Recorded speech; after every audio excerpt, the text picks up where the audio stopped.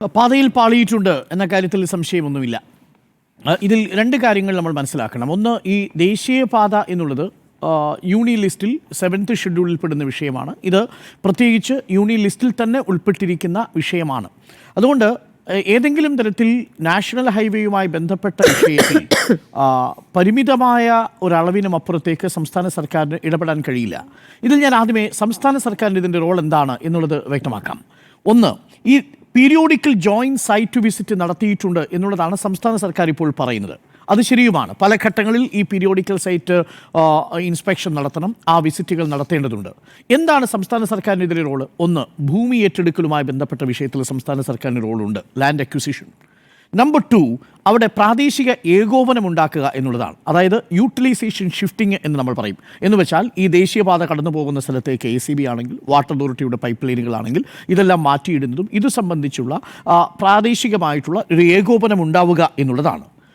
മൂന്നാമത്തത്, ക്രമസമാധാന പ്രശ്നം, ഏതെങ്കിലും തരത്തിലുള്ള ഒരു ലോ ആൻഡ് ഓർഡർ സിറ്റുവേഷൻ ഇത് നിർമ്മാണവുമായി ബന്ധപ്പെട്ട് നടക്കുകയാണെങ്കിൽ ഈ 3 വിഷയങ്ങളിൽ പരിമിതമായിരിക്കുന്നു സംസ്ഥാന സർക്കാരിൻ്റെ ഉത്തരവാദിത്വം ദേശീയപാതയുമായി ബന്ധപ്പെട്ട്. പക്ഷേ അതിൽ ഏറ്റവും പ്രധാനപ്പെട്ടത് എന്ന് പറയുന്നത് ഞാൻ തുടക്കത്തിൽ സൂചിപ്പിച്ച ലാൻഡ് അക്വിസിഷനാണ്, ഭൂമി ഏറ്റെടുക്കലാണ്.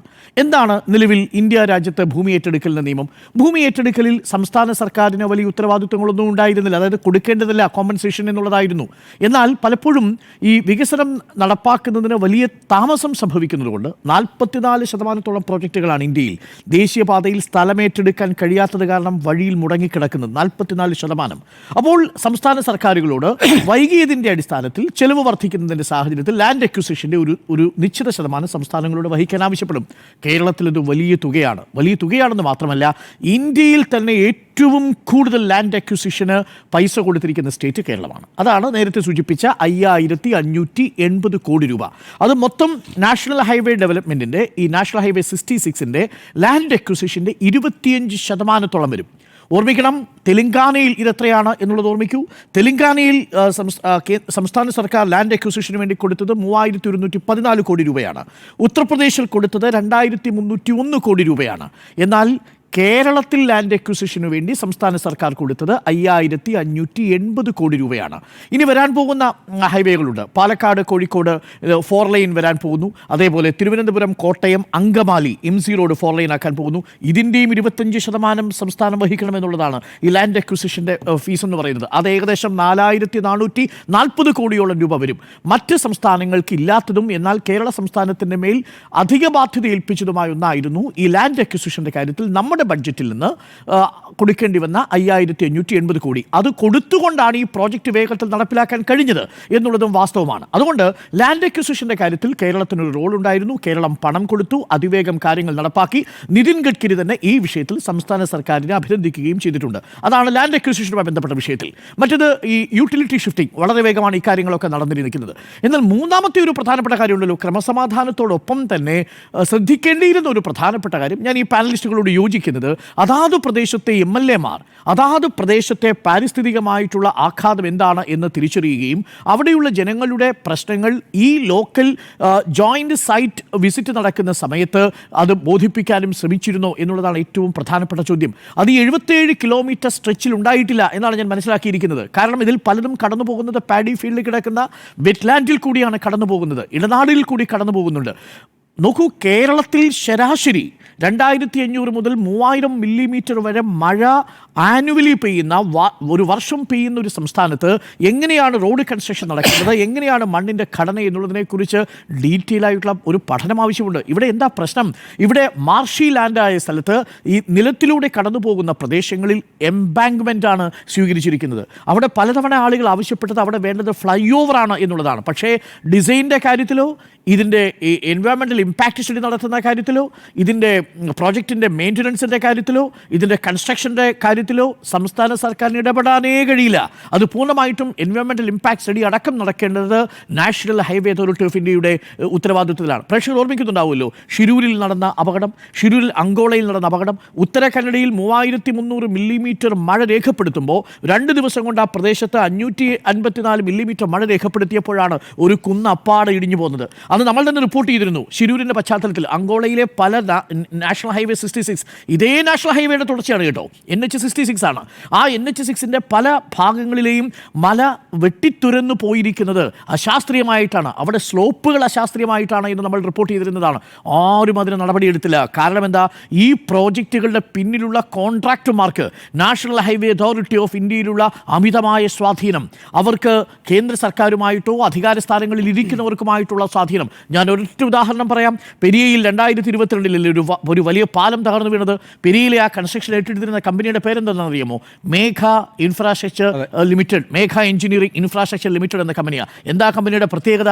ഇന്ത്യയിൽ ഏറ്റവും കൂടുതൽ പൈസ ഇലക്ട്രൽ ബോണ്ടായി BJPക്ക് കൊടുത്ത ഒരു കൺസ്ട്രക്ഷൻ ഏജൻസി ആയിരുന്നു മേഘ എഞ്ചിനീയറിംഗ് ഇൻഫ്രാസ്ട്രക്ചർ ലിമിറ്റഡ്. എത്രയാ കൊടുത്തതെന്നറിയാമോ? 584 കോടി രൂപ ഇലക്ട്രൽ ബോണ്ടായിട്ട് BJPക്ക് കൊടുത്തു. 140 കോടി രൂപ മാർച്ച് മാസം 2023 ഇലക്ട്രൽ ബോണ്ടായിട്ട് കൊടുക്കുന്നു. ഏപ്രിൽ മാസത്തിൽ 14,400 കോടി രൂപയുടെ ബോംബെ ടണൽ പ്രോജക്റ്റ് മേഘയുടെ കൈവെള്ളയിൽ എടുത്തു കൊടുക്കുന്നു.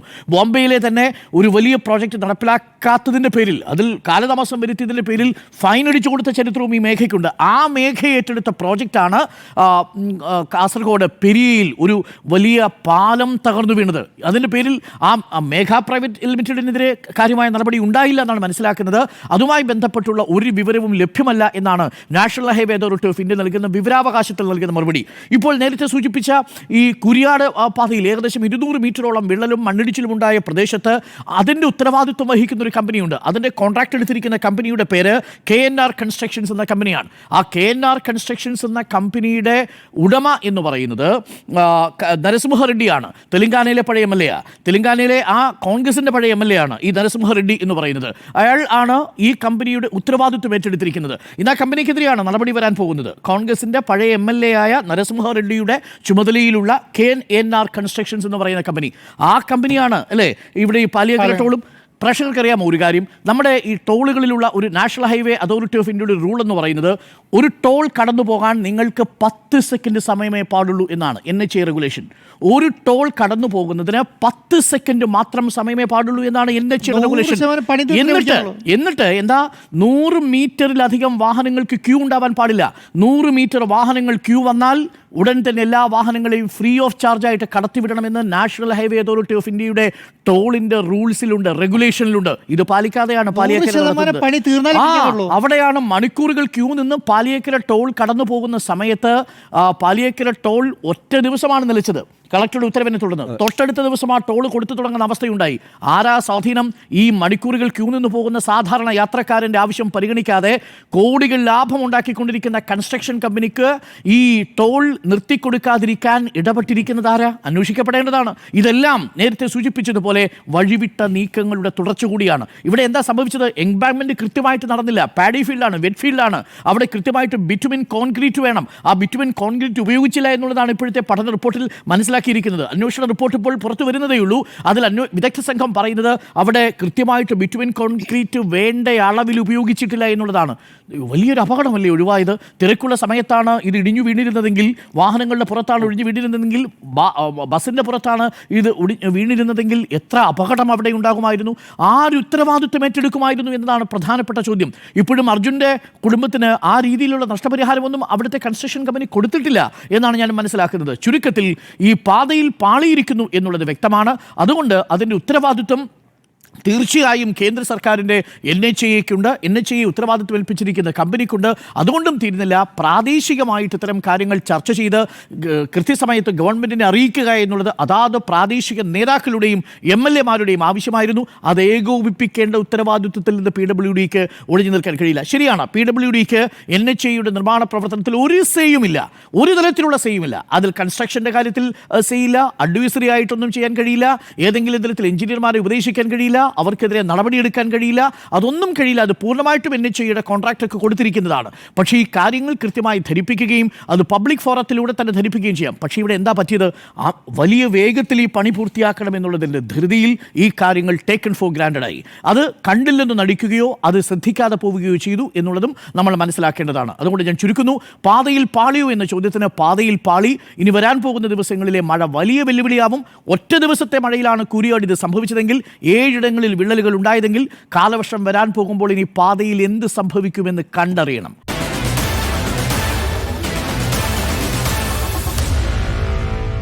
Meet the editors.